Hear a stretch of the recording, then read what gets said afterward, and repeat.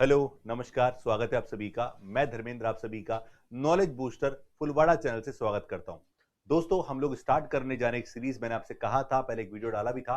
उसमें मैंने आपको बताया था कि अगर आप संगणक की तैयारी कर रहे हैं दोस्तों, तो आप सभी के लिए एग्जाम से पहले मैं एक क्लास लेकर आऊंगा, मतलब क्लासेस लेकर आऊंगा, जिसमें मैं आपको कॉन्सेप्ट समझाऊंगा विद चैप्टर वाइज। जी हाँ, स्टार्ट करेंगे आज की क्लास को हम परसेंटेज के चैप्टर से। यानी चैप्टर आपके सिलेबस में है दोस्तों, संगणक के पेपर में है। और अभी जैसे ही आपने देखा होगा जूनियर अकाउंटेंट का एग्जाम हुआ, तो अधीनस्थ बोर्ड ने किस तरह के प्रश्न आपसे पहले पूछे हैं, तो उसी के बेस पर आज हम सीखने वाले हैं। यानी आज हम परसेंटेज को करेंगे और एक छोटे से वीडियो से हम स्टार्ट करेंगे। लेकिन मैं आपसे कहूंगा ये क्लास डेली शाम को 4 बजे लाइव मिलेगी आप लोगों को इसी चैनल पर। तो आपको जुड़े रहना है और आपको इस क्लास को दोस्तों तक शेयर करना है। आज ये रिकॉर्डेड फॉर्म में मिल रही है, लेकिन अगली क्लास जो दोस्तों आपको मिलेगी वो आपको लाइव फॉर्म में मिलेगी। तो जो भी बच्चे तैयारी कर रहे हैं संगणक को लेकर, वो सभी बच्चे से जुड़ सकते हैं। इसके अलावा भविष्य में चाहे आप एलडीसी का एग्जाम दीजिए या जूनियर अकाउंटेंट का, कोई भी एग्जाम भविष्य में दिए, सभी के लिए ये इंपॉर्टेंट चैप्टर है। मैं आपको सारी चीज कॉन्सेप्ट सिखाऊंगा आसान भाषा में, इजी वे में।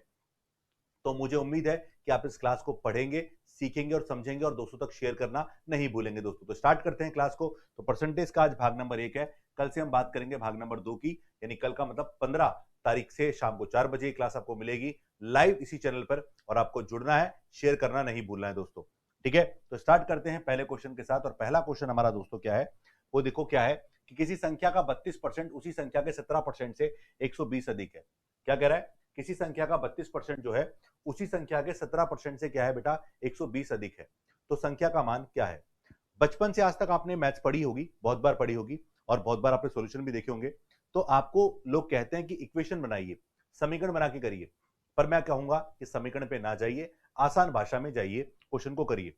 पहले तो बताऊं क्या करते थे हम लोग आज तक। तो जैसे अगर हम लोग बात करें कि हम सबसे पहले क्या बचपन से क्या मानते थे, संख्या मानते थे दोस्तों। संख्या क्या मानेंगे हम लोग? संख्या मानेंगे बेटा एक्स। तो एक्स का 32%, तो एक्स का 32% हमने निकाला। संख्या के 32% की बात करें, एक्स का 32% उसी संख्या के यानी एक्स के 17% से कितना ज्यादा है बेटा? 120 ज्यादा है, आपको क्वेश्चन ने बोला है। ये समीकरण तो मैंने बनाया क्योंकि मुझे तो मैथ्स आती है, तो मैंने तो इजीली बना लिया। पर बहुत सारे बच्चों से बनता ही नहीं है कि इक्वेशन क्या कहना चाह रही है, आपको क्वेश्चन में क्या कहा गया है दोस्तों। तो आप देखिए एक्स का 32% और एक्स के 17% से 120 क्या है? ज्यादा है, आपको बोला गया है। तो समीकरण आपके सामने है। तो देखो, अगर मैं देखूं दोनों में एक्स को बनाएगा, 100 को बनाएगा, तो एक्स का 32 में से 17 गया तो कितना बचेगा? 15%। तो एक्स का 15% दोस्तों बच रहा है, और जो कि हमारा 120 के बराबर है। तो एक्स का मान निकालेंगे तो 120 गुणा 100 और बटे में क्या आ गया? बटे में आ गया 15। तो 15 का भाग लगाया कितनी बार? 8 बार। तो यहाँ पर एक्स का मान आएगा बेटा 800। पर यहाँ इक्वेशन बनाना एक मैटर करता है। अगर आपको इक्वेशन पहले से आती है तो आप बना सकते हैं, पर इक्वेशन अगर आप दोस्तों को पहले से आपको नहीं आती तो आप अपना दोस्तों समय खराब करेंगे, मैं इसकी गारंटी देता हूं आपको। पर आपको समय ही बचाना है अपना। तो कैसे आप दोस्तों बचाएंगे अपना समय, वो मैं आपको आज की क्लास में सिखाने वाला हूं। तो मैं आपसे उम्मीद करूंगा कि जो बच्चे इस चैप्टर को समझेंगे वो बिल्कुल इसको शेयर करेंगे। ठीक है, प्रॉमिस करिए और कमेंट करके बताइएगा कि आपको ये वीडियो कैसा लगा दोस्तों। चलिए, तो एक तरीका तो हमारा ये हुआ जो हम बेसिक से पढ़ते हैं बचपन से। लेकिन मैं आपको कहूं इसमें इक्वेशन बनाना एक अलग मैटर है और इक्वेशन को सॉल्व करना अलग मैटर है दोस्तों। दोनों चीज आपके सामने है।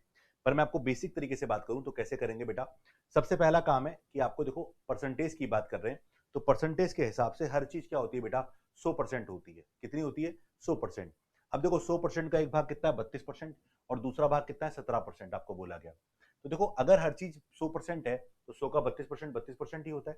दूसरा 17% है, 17% है। तो देखो बेटा, 32% और 17% का जो डिफरेंस है वो कितना है? यहाँ पर देखोगे आप तो बोलोगे सर 15% है। कितना परसेंट है? 15%। यानी इसका मतलब है कि क्वेश्चन ने आपको 15% का मान दिया मेरे भाई। किसका? 15% का मान दिया। कितना दिया? 120 दिया। तो दोस्तों यहाँ पर 15% का मान जो है बेटा, वो किसके बराबर है? वो 120 के बराबर है। क्वेश्चन ने ऐसा बोला है। 15% जो है दोस्तों 120 के बराबर है। और मुझसे क्या बोल रहा है? संख्या यानी 100% का मान मुझसे पूछ रहा है। चलिए, तो 100% का मान निकालोगे तो 120 अगर 15 के बराबर है तो आपको 100 का मान निकालना है। चलिए, कितनी बार कट गया? 8 बार। तो आ गया बेटा 800। तो ये देखो संख्या कितनी आ गई? 800 आ गई है। तो देखो ये आई थिंक ज्यादा इजी हुआ क्योंकि कैलकुलेशन कम हो गई। तो सीधा लॉजिक था, अरे 32 17 से ज्यादा होता है, दोनों परसेंटेज है तो दोनों अगर सेम फैमिली से तो अंतर है 15%, जिसका मान आपको 120 दिया गया है। चलिए सॉल्व करिएगा। क्वेश्चन में फर्स्ट आंसर आया 800, इसका राइट आंसर हो गया है दोस्तों। चलिए क्वेश्चन नंबर 2 क्या कह रहा है? क्वेश्चन नंबर 2 आपके सामने है दोस्तों। क्या कह रहा है कि यदि 100 का 3/4 भाग जो है 100 के 3/4% से x% अधिक है, तो x का मान कितना है मुझसे पूछ रहा है। ठीक है, सबसे पहले कंपैरिजन करवाना है और यहां पर देखो वैल्यू आपको सेम लिखी हुई है, कंफ्यूज कर रहा है। 100 का 3/4 भाग 100 के 3/4% से 3/4% से बोला है दोस्तों अधिक है, तो x का मान क्या होगा मुझसे पूछ रहा है। तो देखो सबसे पहले समझिए कि 100 का 3/4 कितना होता है, तो 100 का 3/4 केवल इतना होता है, यानी 75 होता है। आगे बोल रहा है कि 100 के 3/4% की बात करें तो 3/4% का मतलब नीचे 100 आएगा, ध्यान रखिए, तो इसका मान 3/4 का 3/4 ही आएगा, जिसका मतलब 0.75 हमारा होता है। भाग लगाइए, 4 का भाग लगाइए 3 में, तो 3 में तो जाएगा नहीं, पॉइंट लगाना पड़ेगा, 0 हो जाएगा, ऊपर लग जाएगा, तो 4 का भाग 30 में गया कितनी बार, 7 बार। ठीक है, तो 7 बार चला गया, 7 चौक 28, ठीक है, 2 बचेगा और 2 का मतलब 20 होगा, 4 पंजे 20 हमारे पास हो जाएगा। तो अब देखिए कि 75 ये है, 0.75 हमारा ये है। अब मुझसे बोला बताओ x का मान क्या होगा। अब देखो ये इससे ज्यादा है क्या, अब कई लोग इसको करेंगे कैलकुलेशन के साथ कि यार 75 जो है इससे ज्यादा है, बिल्कुल 74.25 ज्यादा है, पर ये किससे ज्यादा, इससे ज्यादा, मतलब मुझे क्या बोल रहा है कि ये इससे ज्यादा है, जी हाँ इतना ज्यादा है, इसको परसेंटेज में निकालना है, बोल रहा है x% ज्यादा है। कितना है बच्चों, x% ज्यादा, तो आपको x% का मान निकालना है। तो देखो कैसे निकालेंगे आप, सबसे पहले बहुत से लोग इसको क्या करेंगे, 74.25 जो ज्यादा है 0.75 से गुणा आपको शो करना है आपको। ठीक है, कैलकुलेशन करनी पड़ेगी, पॉइंट हटाने पड़ेंगे, पॉइंट दोनों में समान स्थिति पर है। ठीक है, और पॉइंट हटा के कैलकुलेशन करोगे तो लगभग इसका मान निकालना है आपको। तो अब यहाँ पर मान निकालने बैठोगे, क्वेश्चन लेंदी हो जाएगा। ठीक है, या फिर काटोगे पीटोगे, जैसे कि इसको 25 से काट सकते हैं, तो 25 से काटा मैंने, 25 3 75, 25 से काटा, 25 दूनी 50, 24 बचा, 242 हमारे पास, 25 नाम 225 हमारे पास हो गया, 242 यानी 17 बचेगा। ठीक है, कितनी बार गया, 7 बार, तो 3 से फिर कट गया, 99 हमारा आ गया, तो 9900 इसका राइट आंसर होगा, यानी पहला ऑप्शन हमारे पास क्या होगा, राइट आंसर आ गया। तो एक्स का मान हो गया 9900, यानी ऑप्शन ए इसका राइट आंसर है। पर मैं आपसे कहूं कि आपको जब ऐसा क्वेश्चन पूछे, कंपैरिजन पूछे, तो आप तुलना के लिए और उस पर चलिए रेशो पे, किस पे जाइए, रेशो पे जाइए। तो रेशो पे अगर हम जाएंगे तो देखो रेशो पे जाने के लिए आपको क्या करना पड़ेगा बच्चों, तो सीधा सीधा तरीका है, देखो यहाँ पर चाहो तो सॉल्व कर लो, बट नहीं तो यहाँ पर सीधा लिखो कि पहला 75 नंबर है, दूसरा 0.75 हमारे पास है। अब देखो पॉइंट्स हटा दो, तो यहाँ पर क्या हो जाएगा 7500, यानी 100, और वहां पर क्या हो जाएगा 1, तो अगर 100:1 हमारे पास हो गया। अब बताओ क्या ये नंबर इससे ज्यादा है, यार जी बिल्कुल 99 ज्यादा है, कितना 99 ज्यादा है, किससे, 1 से, तो कितना गुना ज्यादा है, 99। पर मुझसे पूछ रहा है परसेंटेज में, तो 99/1 गुणा 100 आपको करना है, तो बेटा कितना है 99, 100 इसका राइट आंसर हो गया। यहाँ पर x का मान क्या आएगा, 9900 आ जाएगा, ऑप्शन ए इसका सही जवाब है क्वेश्चन नंबर 2 में। क्लियर है, चलिए अगला क्वेश्चन देखते हैं। क्वेश्चन नंबर 3 बोल रहा है 1000 के का 25% का 1% का 1%, 2 बार 1% बोला है। एक एक पॉइंट को ढंग से समझना, क्या बोल रहा है यहाँ पर 1000 के 25% का 1% का 1% क्या होगा, मुझसे पूछा जा रहा है। तो बेटा 1000 की बात चल रही है, 1000 के 25% की बात करें तो 1000 का 25% का 1% का 1% मुझसे बोला गया है। का मतलब क्या होता है, गुणा होता है। का मतलब क्या होता है बेटा, गुणा होता है। पेशेंस रख के करना, आंसर आपका इजीली निकल के आएगा। 1000 का बोला है तो 3 जीरो कट रही है, ठीक है, इसको काटोगे तो या फिर मत काटो। अब देखो ऊपर 25 है, अब लोग काट भी लेंगे, पर मत काटिए, 25 और नीचे कितना 1000, इस बात को समझ लो। अब आप काट के फिर वापस भाग लगाते तो आंसर वापस घूम फिर के आता। पर मैं आपसे कहूंगा कि अरे आंसर तो उतना ही आना है ना, क्यों सोचना है, क्यों गड़बड़ करनी है आपको। तो ऊपर 25 और नीचे क्या होगा बेटा, 1000 हमारे पास हो गया। तो आप देखिए जरा यहाँ पर 25/1000 का मतलब हुआ बेटा 0.025 हमारे पास आया। तो इसका आंसर क्या होगा बेटा 0.025, यानी ऑप्शन ए। तो क्वेश्चन नंबर 3 में आंसर क्या आया बेटा, ए इसका सही जवाब है। क्वेश्चन नंबर 3 का आंसर क्या आया बेटा, ए इसका राइट आंसर है। तो इस तरह से आपको सॉल्व करना है, कैलकुलेशन वाली चीजों को आसान भाषा में आपको सॉल्व करना है, तो आप हमेशा ये लॉजिक लगाइए। चलिए क्वेश्चन नंबर 4 की बात करें तो क्वेश्चन नंबर 4 क्या है कि एक संख्या का 30% दूसरी संख्या के 40% के बराबर है। दो वैल्यू वो बोली गई है, यानी एक संख्या आपको दी गई है, उसका जो 30% है दूसरी संख्या के 40% के क्या है दोस्तों, बराबर है। क्या मतलब है इसका कि एक संख्या का 30% निकालो, फिर दूसरी संख्या का 40% निकालो, दोनों बराबर है। उन दोनों संख्याओं के योगफल का 25% 420 के बराबर है। उन दोनों संख्याओं के योगफल का 25% किसके बराबर है, 420 के बराबर है। तो दोनों संख्याओं में छोटी संख्या क्या है मुझसे पूछ रहा है। चलिए अब एक बार सोचो, एक बार यहां पर दो संख्याएं हैं, हाँ है ना, और दोनों के योग का 25% आपको दे दिया, इसके बराबर है। अब यहां पर आपको हिंट कैसे निकलेगा, आपको सबसे पहले देखो पहली इक्वेशन को देखो, एक संख्या का 30% दूसरी संख्या के 40% के बराबर मुझे बोला गया है। तो बेटा दो संख्या है हमारे पास ए और बी, माना संख्याएं क्या है, आपको छोटी माननी है तो माना छोटी संख्या एक्स और बड़ी क्या मान ली बेटा वाई मान ली। अब आपको लगेगा इक्वेशन बनाऊंगा, नहीं इक्वेशन नहीं बनाऊंगा, जो बोला है उतना तो करना ही पड़ेगा आपको। तो बोला एक का पहली संख्या का 30% दूसरी संख्या के 40% के बराबर, पर ध्यान रखिएगा कि अगर आपको कई बार ऐसे कंफ्यूजन ना हो तो ध्यान रखिएगा इस बात को, x का 30% नहीं हो सकता क्योंकि x छोटा है और छोटे का 30% निकालोगे तो और छोटा आएगा, और जबकि बड़ी संख्या y का 40% निकालोगे तो नंबर बड़ा आएगा। तो यहां पर बोला कि एक का 30% दूसरी संख्या के 40% के बराबर है, तो यहां पर आप छोटी अगर x मान रहे हो तो ध्यान रखिएगा, बाकी आप संख्या अगर xy मानते हो तब आपको दिक्कत नहीं है, तब आपको समझ में आ जाएगा। तो अगर आप चाहो तो देखो इस बात को ऐसे भी कर सकते हो, तो माना संख्याएं तो ध्यान रखिएगा जल्दबाजी में नहीं माननी है, और दिमाग अगर लगाना है तो पॉइंट से पॉइंट टू पॉइंट लगाना है आपको। जैसे मैंने एक्स और वाई लिखा, अब मुझे नहीं पता बड़ी कौन है छोटी कौन है, पर मुझे पता है दो संख्या क्या है, एक्स और वाई हमारे पास है। तो बेटा एक्स का 30%, वाई के 40% के बराबर है, कट गया, ये भी कट गया। तो बेटा x अपॉन वाई का मान अगर निकालूंगा तो क्या आएगा, 4/3 आएगा। क्या आएगा, x बटा वाई बराबर क्या आएगा बेटा, 4/3 हमारे पास निकल कर आ जाएगा। यानी इसका मतलब छोटी संख्या कौन सी है, छोटी संख्या हम देखोगे तो 3 होगी, बड़ी संख्या क्या होगी, 4 हो जाएगी। ये कैसे पता, अरे रेशो में अगर देखोगे तो x के सामने क्या है बेटा, 4 है, y के सामने क्या है, 3 है, तो जिसके सामने जो है उससे अनुमान लगाइए कि छोटी संख्या कौन है, 3, बड़ी संख्या क्या है बेटा 4, यहां पर आपको बोला गया है। अब बोल रहा है उन दोनों संख्याओं के योगफल का 25%। अब मैं दोनों संख्याएं बोल रहा हूं बेटा x प्लस वाई, इनके योग का 25%, 25% का मतलब 1/4 होता है वैसे तो, का 25% किसके बराबर है बेटा, ये बोला 420 के बराबर है। तो जरा देखो एक बार, ये 25 से कट गया 100 4 बार, 4 ऊपर चला गया, तो x प्लस वाई हमारे पास होगा बेटा 420 गुणा 4 यानी 1680। दोनों संख्याओं का योग कितना हो बेटा, 1680 हमारे पास हुआ। तो इस बात को समझना कि यहाँ पर बड़ी संख्या 3 है, छोटी संख्या क्या है, बड़ी संख्या 4 है, छोटी संख्या क्या है 3 है, तो टोटल कितना है 7 है।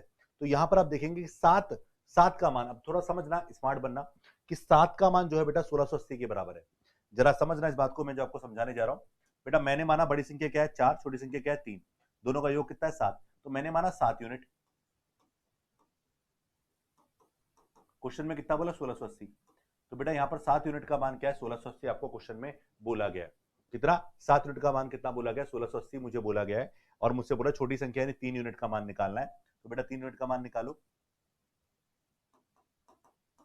तो 1680 7 यूनिट का मान, तो 1 यूनिट का मान 7 बार भाग लगा दो, गुणा 3 कर दीजिए, चलो 7 से काटा 7 दूनी 14, 7 चौक 28,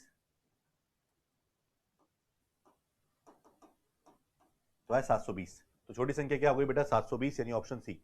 तो इस तरह से क्वेश्चन नंबर 4 को आप इजी वे में सॉल्व कर सकते हैं। तो दोस्तों देखो, इक्वेशन जहां जरूरत थी मैंने वो इक्वेशन बनाई है, लेकिन वैसी इक्वेशन नहीं है, बट देखो कुछ इक्वेशन आपको सॉल्व करनी पड़ेंगी, ठीक है। तो क्वेश्चन को पढ़ के जहां इजी कर सकते हैं, जहां समय बचा सकते हैं, वहां हम डेफिनेटली बचाएंगे बच्चों, ठीक है। क्वेश्चन नंबर 5, ये मिश्रण का क्वेश्चन है, मिश्रण का क्वेश्चन है। चीनी की कुल मात्रा का 5% भाग बिक जाने के बाद 5 किलोग्राम चीनी बचती है। क्या कह रहा है, चीनी की कुल मात्रा के 5% बिक गया, भाग बिक गया, तो उसके बाद कितनी चीनी बची, 5 किलोग्राम चीनी बचती है। इस बात को समझना कि क्वेश्चन में क्या बोलना चाह रहा है। तो बताओ चीनी की कुल मात्रा बताइए। क्वेश्चन आपको पागल बना रहा है, मैं आपको कहूं तो ऑप्शन देखकर भी आप सोच सकते हैं कि क्या आंसर होना चाहिए। चीनी की कुल मात्रा का 5% बिक गया, हर चीज कितना परसेंट बताई मैंने आपको, 100% बताई।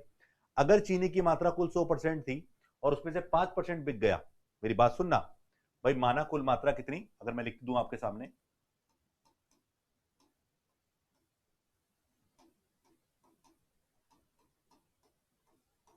माना कुल मात्रा बेटा कितनी है 100%, तो बिकी कितनी 5%, तो शेष मात्रा कितनी बची 95%। अब जरा देखो 95% का मान किसके बराबर है, बचा हुआ कौन है, 5 किलोग्राम चीनी बचती है। तो इसका मतलब यह है बच्चों कि 95% 5 किलोग्राम के बराबर है, तो 100% का मान आपसे पूछा जाएगा, ठीक है। तो ये आ गया अपने पास 5 किलो के बराबर है, और मुझे 100% का मान पूछा गया है, तो कुल मात्रा निकालो। सबसे पहले देखो 5 किलोग्राम किसके बराबर, 95% के, तो 95 नीचे हो गया, और 100 का मान निकाला तो गुणा 100 ऊपर कर लीजिए। चलिए इसको अपन ने काटा, 5 से काटा, ये अपन एक काम करते हैं, ये 5 से काटा 95 कितनी 19 बार, तो 100/19 का मतलब होता है 5 से ही 5/19, ठीक है। इसका मतलब शुरू में मात्रा कितनी थी, 5 से 5/19 किलोग्राम, ऑप्शन बी। तो आप आइडिया लगा सकते हैं, अरे 5% तो बिक गया, बचा 95%। 95% अपने आप में कितना है, 5 किलोग्राम के बराबर है, तो 100% का मान पूछ रहा है आपसे। चलिए आपके सामने लिख दिया। तो ये लोग क्वेश्चन करने का एक बेहतरीन तरीका, उम्मीद है कि आपको समझ आएगा। क्वेश्चन नंबर 5, चलिए क्वेश्चन नंबर 6, क्वेश्चन नंबर 6 पढ़ते हैं बच्चों। क्या है क्वेश्चन नंबर 6? बोला एक कक्षा में 30% छात्रों के पास मोबाइल फोन है। मोबाइल फोन रखने वाले छात्रों में से 10% के पास ब्लूटूथ सुविधा है। यदि कक्षा में 200 छात्र हैं तो कितने छात्रों के पास ब्लूटूथ की सुविधा है? सोचो एक बार क्या करना चाहिए। टोटल छात्र दे रखे हैं, आपकी बार हमेशा 100% का मान निकलवाता है, यहां दे रखा है। कक्षा में 200 छात्र आपको बताए गए हैं। कितने छात्र बताए गए बच्चों? 200 छात्र बताए गए, यानी कक्षा में 200 छात्र आपको पहले से बोले गए, यानी कक्षा में कुल मिलाकर 200 छात्र हैं, वो कह रहा है। बोला कक्षा में 30% छात्रों के पास मोबाइल फोन है, यानी 200 का 30% रखने वाले कौन है? मोबाइल फोन रखने वाले। और मोबाइल फोन रखने वाले छात्रों में से भी 10% क्या है? ब्लूटूथ सुविधा वाले। आप चाहें तो स्टेप बाय स्टेप करिए, आप चाहें तो डायरेक्ट कर लीजिए। जैसे डायरेक्ट करने की बात करूं तो पहले समझना उसको, 200 टोटल थे, 200 का 30% मोबाइल रखने वाले हो गए, तो कितने आ गए? 60 आ गए। और उसका भी 10% क्या है बेटा? 10% अपने पास ब्लूटूथ वाले हैं, तो ये कट गया हमारे पास, ये कट गया, 3 दूनी 6, तो देखिए 6 आ गए हमारे पास। तो 6 छात्र ऐसे हैं जिनके पास ब्लूटूथ सुविधा है। बट ये तो चलो मैंने आपको आंसर निकाल दिया, पर आपको मेथड देखेंगे। तो पहले मोबाइल फोन वाले,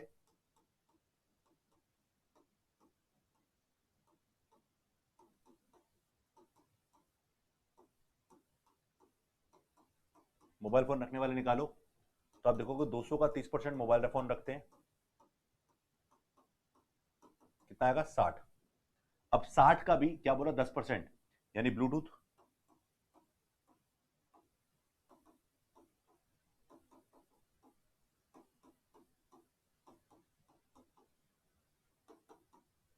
साठ का 10%, यानी 6 छात्र ऐसे हैं जो ब्लूटूथ रखते हैं। तो आंसर क्या होगा बेटा? सी, बी इसका राइट आंसर होगा, यानी 6 इसका दोस्तों सही जवाब होगा। तो देख लीजिए, इस तरह से आप इन क्वेश्चनों को आसानी से कर सकते हैं दोस्तों। चलिए क्वेश्चन नंबर 7, ये बड़ा प्यारा क्वेश्चन है।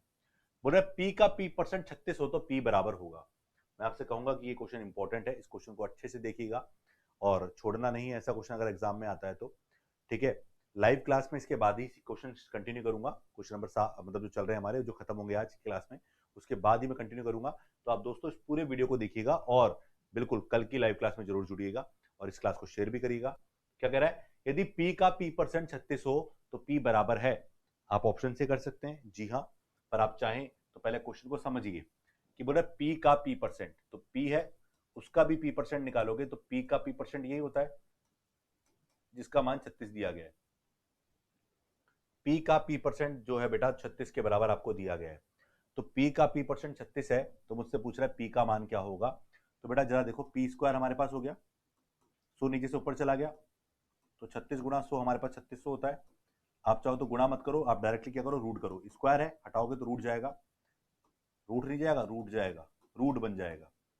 तो 36 का रूट होगा 6 और 100 का रूट होगा 10, तो पी का मान हो गया बेटा 60।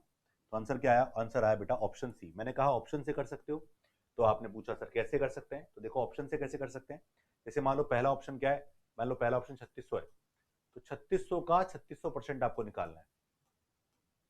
3600 का 3600% बटे 100 परसेंटेज निकालना है। तो 36 गुणा 36 कितना होता है बेटा? 1296। ये मान होना चाहिए था, पर 36 ही बोला, नहीं होना चाहिए। अगला ऑप्शन देखिए, तो अगला ऑप्शन है हमारे पास 600, तो 600 का 600% अगर आप निकालेंगे तो देखो ये आएगा 3600, पर अभी तो 36 चाहिए, यानी ये भी नहीं है। सी देखते हैं, 60 का 60% देखें भाई, 60 का, क्योंकि पी का मान 60 माना ना, 60 का 60%, तो 3600 का 3600%, दूसरे हिसाब से 600 का 600% और उसके बाद 60 का 60% आपने मान लिया। तो यहाँ पर कितना आएगा बेटा? 36 हमारे पास आएगा। और डी की अगर मैं बात करूँ तो डी का मान कितना है बेटा? बाकी बाकी हमारा सही हो गया, तो इस तरह से आपको जरूरत ही नहीं आगे जाने की, तो सी इसका करेक्ट आंसर था। यानी आप मैथ्स के प्रश्नों को आप ऑप्शन से भी कर सकते हैं, यानी आपको जरूरत नहीं है हमेशा कि आप क्वेश्चन को बहुत लेंदी तरीके से करें। चलिए क्वेश्चन नंबर 8 क्या कह रहा है?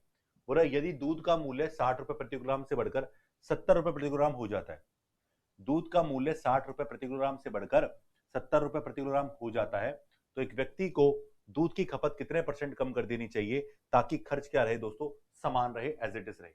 अब यहां पर इस पॉइंट को ढंग से समझना कि दूध की कीमत जो है बेटा 60 रुपए से बढ़ गई और कितनी हो गई है, 70 रुपए हो गई है। तो मुझसे पूछ रहा है खपत कितना कम करना है, यानी कंजप्शन जो होता है उसको कम करने की बात कर रहे हैं। तो देखो इसका इजी तरीका तो मैं आपको बता दूंगा, पर इसको समझना कि क्वेश्चन क्या है।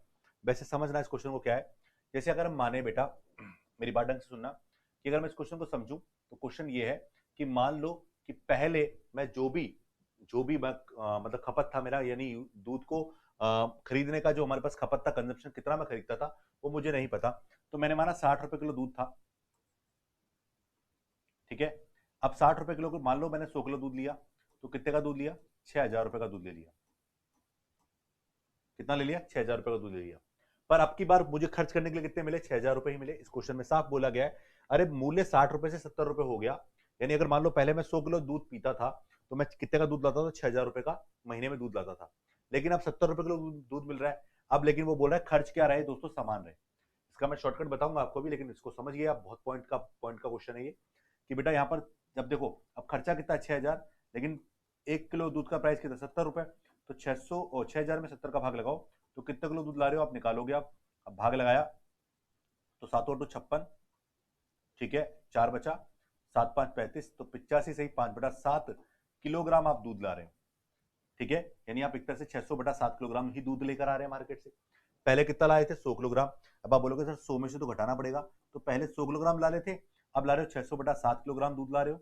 जी बिल्कुल, तो यहाँ पर देखो कम कितना हुआ, तो 7, यानी लघुत्तम लोगे तो 700 - 600 यानी 100/7 किलोग्राम दूध कम ला रहे हो। और ये किस पर निकलेगा, ये 100 पर निकलेगा, तो 100/7 की कमी हुई किस पर, 100 पर, और गुणा 100 कर लो। अब आप बोलोगे सर ये क्या लिखे जा रहा है 100, तो 100/7 बचेगा, इसका मतलब 14.28% इसका वैल्यूशन होगा, यानी ऑप्शन क्या होगा, बी। मैं दोबारा समझा रहा हूं बेसिक कॉन्सेप्ट को, पर बेसिक का मतलब ये है कि कोई समीकरण नहीं बनाना, बहुत इजी। पहले 100 किलो मान लो दूध पीता था, पहले मैं 100 किलो दूध ला रहा था दोस्तों, ठीक है, कितने का हिसाब से ला रहा था, 60 रुपए के हिसाब से। तो 60 रुपए के हिसाब से अगर मैं 100 किलो दूध लाऊंगा बच्चों, तो कितना हो गया बेटा, 6000 रुपए का दूध हो गया। कितने का, 6000 का। लेकिन अब मुझे वो 6000 का दूध कितने रुपए के हिसाब से पड़ रहा है, 70 रुपए के हिसाब से पड़ रहा है। मुझे अभी भी खर्च वही रखना है, 6000 रुपए, ठीक है। तो मैं अब 6000 में 70 रुपए के हिसाब से कितना किलो लाऊंगा, 85 से 5/7 किलोग्राम दूध लाऊंगा। इसका मतलब इतना 600/7 किलोग्राम ही लाऊंगा। तो पहले ला रहा था 100 किलोग्राम, उसमें से कम कितना किया, ये हो गया इतना कम किलोग्राम हमने कम कर लिया।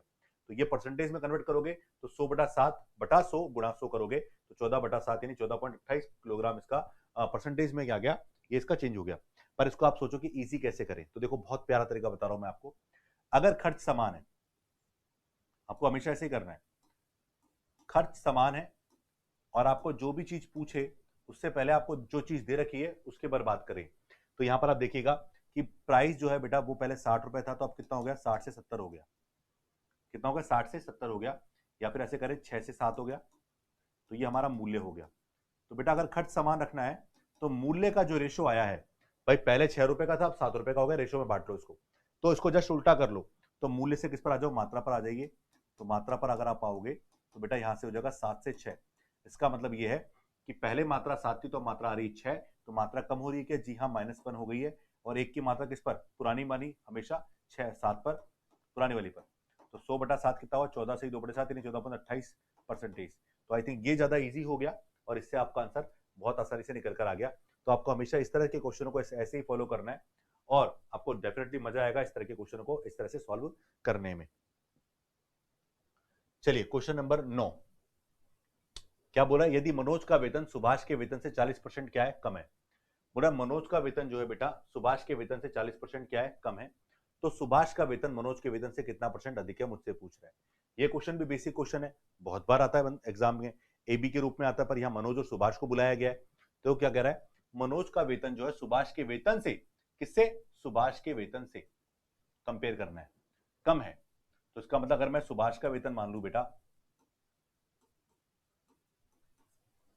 सुभाष का वेतन अगर मैं 100 मान लू, तो यहां पर आप देखेंगे कि मनोज का वेतन क्या होगा बेटा, तो मनोज का जो वेतन होगा वो 40% कम होगा। तो बताओ कितना कम हुआ, तो ये होगा 60 ही रहेगा। मनोज का वेतन सुभाष के वेतन से 40 कम है, यानी 60 ही रहेगा। और मुझे क्या कह रहा है, तो सुभाष का वेतन मनोज के वेतन से कितना % अधिक है। तो बताओ क्या सुभाष का वेतन ज्यादा है? जी हाँ ज्यादा है, साफ दिख रहा है 40 ज्यादा है।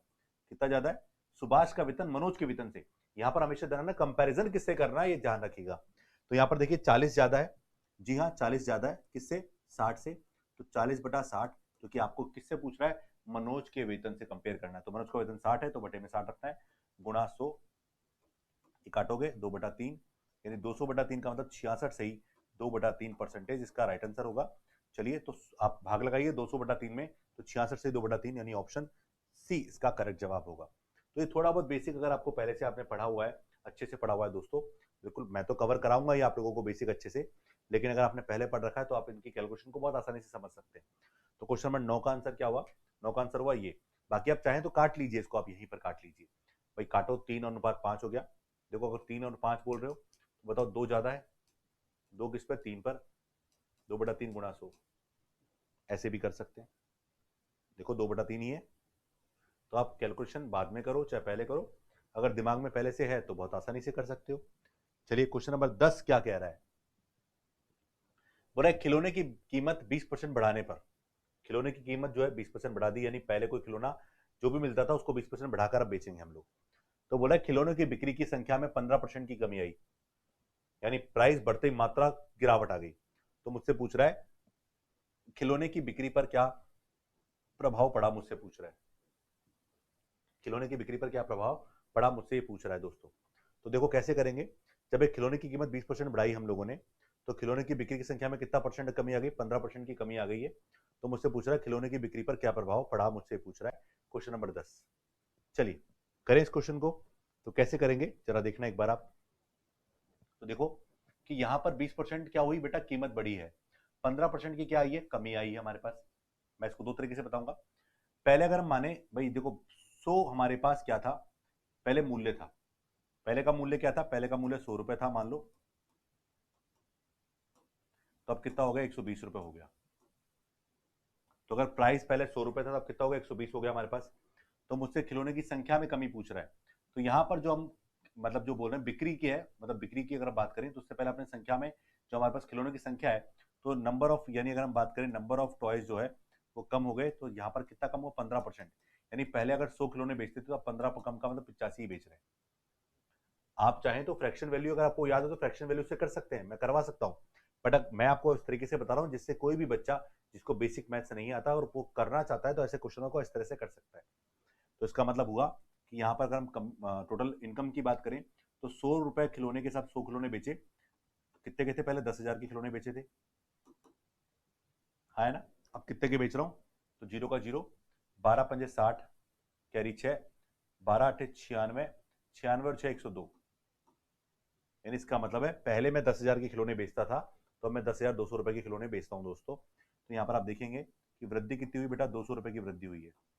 कितनी हुई वृद्धि, 200 रुपए की वृद्धि हो गई हमारे पास। तो आप देखिए 200 रुपए की वृद्धि हुई है और मुझसे पूछ रहा है बिक्री पर प्रभाव, तो वृद्धि हुई है बेटा, तो वृद्धि हुई है, 200 की वृद्धि हमारे पास जो हुई है बेटा 10,000 पर हुई है, तो गुणा 100,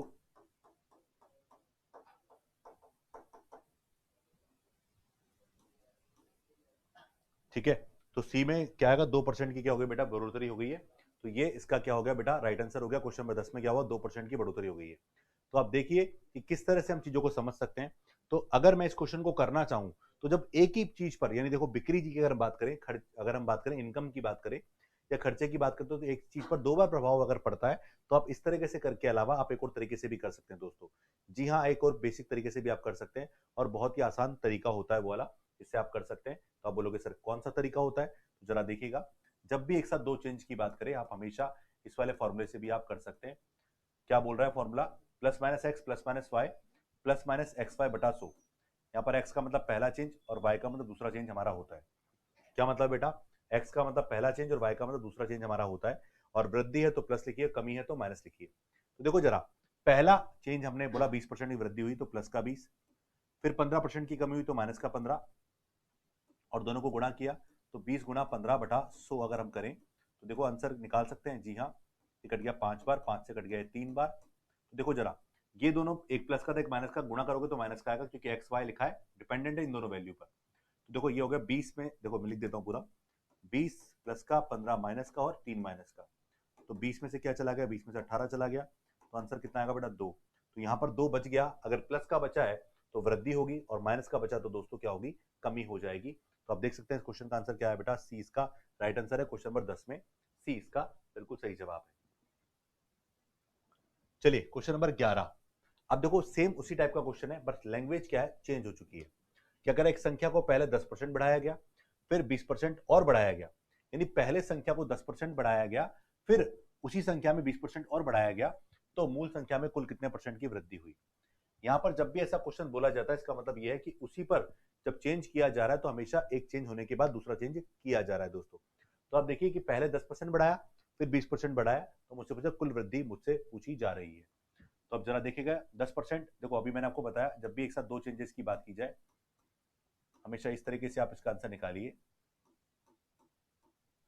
तो देखो पहला चेंज हमने 10 बढ़ाया, दूसरा चेंज हमने 20 बढ़ाया, दोनों प्लस के हैं तो यहां भी प्लस ही आएगा।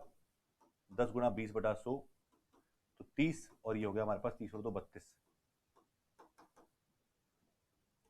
तो ऑप्शन सी। तो क्वेश्चन नंबर 11 में क्या है बच्चों, सी इसका सही जवाब है। क्या है बच्चों, सी इसका राइट आंसर है। तो ये लीजिए, इस क्वेश्चन को ऐसे कर सकते हैं आप, यानी कहीं भी क्वेश्चनों में दिक्कत नहीं आएगी आपको, बस थोड़ा सा अगर आप पेशेंस रखेंगे दोस्तों तो आपके आंसर निकल कर आ जाएंगे। चलिए ये क्वेश्चन मैं कहूंगा इंपॉर्टेंट क्वेश्चन है, और ये इनकम एक्सपेंडिचर का क्वेश्चन आपको मोस्टली एग्जामों में देखने को मिल जाएगा दोस्तों। क्या है, बोला रमा के व्यय और बचत में 5:3 का अनुपात है। रमा जो है उसके व्यय और बचत की अगर बात करें तो उनका अनुपात है बेटा 5:3। यानी इसको अनुपात से अगर पढ़े तो इसका मतलब है कि व्यय अगर 5 रुपए करता है तो बचाता कितना है, 3 रुपए बचाता है। तो समझो इस बात को कि अगर वो 5 रुपए खर्च करता है, 3 रुपए बचाता है, तो इसका मतलब वो 8 रुपए कमाता है। कितना कमाता है दोस्तों, 8 रुपए कमाता है। चलिए अब आगे क्या कह रहा है, आगे मुझे बोल रहा है यदि तो उसकी आय में 12% और व्यय में 15% की वृद्धि हो जाए तो उसकी बचत में कितने परसेंट की वृद्धि होगी, मुझसे ये पूछ रहा है। कितने परसेंट की दोस्तों वृद्धि होगी, मुझसे ये पूछा जा रहा है। तो देखिए, तो क्वेश्चन नंबर 12 में अगर हम देखें तो रमा के बचत और व्यय में जो अनुपात है, मतलब व्यय और बचत में अनुपात है 5:3 का। तो जब भी परसेंटेज का क्वेश्चन हो ना, तो आप हमेशा 100 की फॉर्म में मान लो, जिससे क्वेश्चन कैलकुलेशन को आसान कर सकते हो आप। बोलो कैसे। तो सबसे पहले अगर मैं इसकी इनकम मानता हूं तो माना इनकम कितनी, 800। कैसे मान लिया, मर्जी से मान लिया, जी हाँ मर्जी से मान लिया। तो आय मानी 800, क्योंकि 5 और 3 8, 8 को 100 का मल्टीपल माना 800। तो अगर आप देखोगे तो इनकम जो है बच्चों, इनकम, एक्सपेंडिचर और सेविंग। तो देखो इनकम मानी 800, 800 को 5:3 में बांटेंगे तो खर्चा होगा 500 और बचत होगी 300। 800 500 300 हमने मान लिया। अब बोला आय में 12% की वृद्धि हुई, तो बेटा ऑलरेडी आय कितनी है 800, तो 800 का 12% निकालना है भाई। कितना, 800 का 12% निकालना है। तो 800 का अगर 12% निकालोगे तो देखो वैसे पता ही कैसे निकालते हैं, तो 800 को मैं लिख के बताता हूं आपको, जिससे कहीं लोग सीधा 12% ना लिख दे। तो 800 का 12%, 2 जीरो कट जाएगी परसेंटेज वाली, 12 96, यानी यहां पर आप देखेंगे तो 96 की दोस्तों क्या हो गई, वृद्धि हो गई है। अगर मैं एक्सपेंडिचर की बात करूं तो एक्सपेंडिचर में वृद्धि कितनी है, एक्सपेंडिचर 15% की वृद्धि है। तो ये लोग 15% निकालोगे, तो 500 का 15% अगर आप निकालने गए तो दोस्तों क्या आएगा,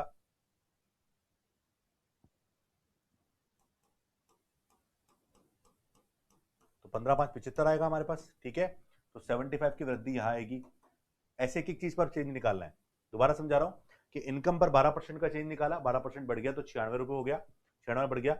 और अगर मैं एक्सपेंडिचर की बात करूं तो 500 पर 15% की वृद्धि हुई तो 75 की वृद्धि हुई। तो आप एक बात बताइए सोचकर कि यार अगर मैं यहाँ पर 96 एक्स्ट्रा कमा रहा हूँ या 75 एक्स्ट्रा खर्च करूँ तो बताऊंगा कितना एक्स्ट्रा। तो देखो आपको पता है इनकम बराबर एक्सपेंडिचर प्लस सेविंग होता है। तो 96 में से 75 घटाया भाई, तो कितना आएगा बेटा, ये आएगा 21। क्या आएगा, 21। और 21 की वृद्धि किस पर हो रही है, 300 पर। तो यहां पर आप देखोगे कि बचत में वृद्धि, किसमें, बचत में वृद्धि अगर आप निकालेंगे मेरे भाई तो इसको इजीली कर लीजिए। तो वृद्धि हुई 21 की किस पर, 300 पर, 21 बटा 300 गुणा 100। हमेशा प्रीवियस वैल्यू पर ही आप चेंज निकालेंगे, तो 60% इसका ऑप्शन बी इसका दोस्तों राइट आंसर होगा। तो क्वेश्चन 12 का आंसर क्या है दोस्तों, बी इसका सही जवाब है। क्लियर है। चलिए क्वेश्चन नंबर 13 क्या बोल रहा है, एक आदमी को वर्ष 2007 में 9,60,000 रुपए वार्षिक वेतन के रूप में प्राप्त हुए, यानी एक साल में उसको 9,60,000 रुपए वार्षिक वेतन प्राप्त हुआ। तो उसके वर्ष 2006 के वार्षिक वेतन में 20% अधिक थे। अच्छा, 2007 की बात चली, 2007 में जो मिला 9,60,000 रुपए मिला, वो 2006 की तुलना में 20% क्या थे दोस्तों, ज्यादा थे। तो बोल रहा है वर्ष 2006 का वेतन कितना था। अब इसको आप चुटकियों में निकाल लो। कैसे? अरे यहां पर 20% बढ़ा होगा भाई। 2006 में अगर मान लो 100% था, तो 2007 में कितना होगा, 20% बढ़ गया। साफ लिखा हुआ है यहाँ पर कि 2007 में इतना पैसा प्राप्त हुआ जो कि उससे 2006 से प्राप्त के 20% से अधिक है, तो यहाँ पर 120% होगा। तो आप जरा बताइए कि आप परसेंटेज से निकाल लेंगे? जी हाँ, आप निकाल लेंगे कि 120% का मान आपको दिया गया 9,60,000 रुपए। आपको 100% का मान निकालना है, तो 2006 का वेतन निकालो, तो 9,60,000 रुपए जो है बेटा 120% के बराबर है, और आपको 100 का मान निकालना है। तो 12×96 8 लाख रुपए। ठीक है, कितना है, 8 लाख रुपीस, ऑप्शन बी। तो क्वेश्चन नंबर 13 में आंसर क्या है बेटा, बी इसका करेक्ट आंसर है। तो ये लो, हमने जो बेसिक पढ़ा उसी से हम लोगों ने इसको कर लिया। चलिए अगला क्वेश्चन नंबर क्या है, 14। बोला दो मजदूर ए और बी को प्रतिदिन कुल 650 रुपए का भुगतान किया जाता है। दो मजदूर हैं ए और बी, प्रतिदिन कितना, 650 रुपए का भुगतान किया जाता है। यदि ए को होने वाला भुगतान बी को होने वाले भुगतान का 160% है, ए को होने वाला भुगतान बी को होने वाले भुगतान का 160% है, ज्यादा कम नहीं बोला है, सिर्फ 160 ही बोला है, इस बात को ध्यान रखिएगा। बोला है तो बी को कितना भुगतान किया गया। अच्छा, मैं बात करूं भुगतान की, तो ए और बी का रिलेशन निकालते हैं। बोला ए को किया जाने वाला भुगतान बी का 160% है, यानी अगर इसको 100 रुपए का भुगतान किया जाएगा तो बच्चों इसको 160 रुपए का भुगतान किया जाएगा, ये बोलना चाह रहे हैं। बी को अगर 100 रुपए का किया जाएगा तो ए को कितना किया जाएगा, 160 रुपए का किया जाएगा। यानी अगर इसको आप काटोगे तो ये लो 8:5 हो गया। काट के भी छोटा कर लीजिए, काटने से क्या होता है, कैलकुलेशन आसान हो जाती है। तो देखोगे अगर हम बी की बात करें, बी को मिलेगा 5 तो ए को मिलेगा 8। टोटल देखो 8 और 5 मिलाकर 13 हो गया। भाई अगर मैं यहीं से ए और बी का मान निकालूं, ए प्लस बी का मान निकालूं, तो ए प्लस बी का मान 8 और 5 कितना हो गया, 13 हो गया कि नहीं हो गया। तो इसका मतलब 13 रुपए का मान हमारे हिसाब से मिलता है, वो 650 के बराबर है। बी का मान आपसे पूछ रहा है, देखो 13 रुपए मेरे हिसाब से भुगतान किया गया, और 13 अगर 650 के बराबर है तो 13 यूनिट जो है बेटा वो 650 के बराबर है। एक यूनिट का मान कितना आएगा, 50। और मुझसे किसका पूछ रहा है, मुझसे पूछ रहा है बी का। बी का यानी 5 का, 5 यूनिट का मान निकालो। 650 बटा 13 गुणा 5, 5 यानी 250 इसका राइट आंसर हो जाएगा। क्या हो जाएगा, ये हो जाएगा 250 रुपए, यानी इसका मतलब हुआ 250 रुपए किसको मिला, बी को मिला। ए का पूछता तो 400 हो जाता। ठीक है, चलिए दोस्तों आज एक क्वेश्चन और देखते हैं, लास्ट आज इतना ही करेंगे, बाकी कल लाइव क्लास जब हमारी 4 बजे होगी उसमें हम स्टार्ट करेंगे। तो क्या कह रहा है, राम बाबू ने अपनी आय का 3% धर्मार्थ दान दे दिया, यानी उसने धर्म के लिए दान कर दिया उसने दोस्तों। अब कह रहा है शेष का 12% बैंक में जमा कर दिया। अब जो बचेगा शेष, यहां पर शेष वर्ड पढ़ा ना, इसको ध्यान रखिए। लेकिन यदि भी उसके पास अभी भी कितना है, 12,804 रुपए है, तो उसकी आय कितनी थी। चलिए, तो आय जो भी कमाया था उसका पहले 3% उसने दान किया, फिर जो बचा 97% उसका भी 12%, 97% का 12%, ना कि 97% में से 12% निकालना है आपको। ठीक है, तो जैसे अगर हमने इसकी मानो आय मानी कितनी, x। तो देखो सबसे पहले बचत की बचाओ कितना, तो 8x का अगर 3% आप निकाल रहे हो तो बचेगा कितना, 97%। और इसका भी आपने क्या किया, इसका भी ये अपने आप पे 100% ट्रीट करेगा, इसका भी 12% निकाल दे तो कितना बचेगा, 88%। इसका मान किसके बराबर है, जिसका मान है 12,804 के बराबर है। तो ये लो x का मान निकालो, तो 12,804 गुणा 100 गुणा 100 बटा 88 गुणा 97, 4 से काटा 25 बटा 22, 22 से कट जाना चाहिए बिल्कुल, ये 22 से काटा 22 पंजे 110, 18 बचेगा 180 हो जाएगा। ठीक है, 22 अटे 176, 22 दूनी 44, और ये अगर से कट रहा है देखो पूरा पूरा 6 बार कट रहा है, बिल्कुल ठीक है। तो 25 का 150 यानी 15,000 रुपए उसकी क्या थी दोस्तों, इनकम थी, 15,000 यानी ऑप्शन सी। तो देखिए इस तरह से हमने 15 क्वेश्चन आज की क्लास में कवर किए, और मुझे उम्मीद है कि 15 क्वेश्चन आप दोस्तों आप सभी को समझ आएंगे। और जब ये हमारी लाइव क्लास होगी इसके बाद तो 16 नंबर क्वेश्चन से स्टार्ट करेंगे। तो ये हमारा एक बेसिक हो गया, जिससे आपको एक आइडिया लग गया कि किस तरह के क्वेश्चन आपसे एग्जाम में पूछे जा सकते हैं। और बिल्कुल मैं कहूंगा संगणक के एग्जाम में अगर ये चीजें आप पहले से पढ़ के जाएंगे दोस्तों, तो आपकी सारी चीजें बहुत अच्छे से कवर होंगी और इसी तरीके से आप अपनी मैथ्स को स्ट्रॉन्ग कर सकते हैं और एग्जाम के क्वेश्चन को सही कर सकते हैं। तो बिल्कुल मैं आपसे कहूंगा, अगर आपको कुछ क्वेश्चन समझ नहीं आया तो बिल्कुल कमेंट करके बताइएगा, समझ आया तो भी बताइएगा। बिल्कुल कमेंट करके ये बताना कि क्लास कैसी लगी, और अगली क्लास में जरूर जुड़िएगा। मैं भी आप लोगों से विदा चाहूंगा, अगली क्लास में फिर से मिलते हैं, तब तक के लिए धन्यवाद। Thank you so much.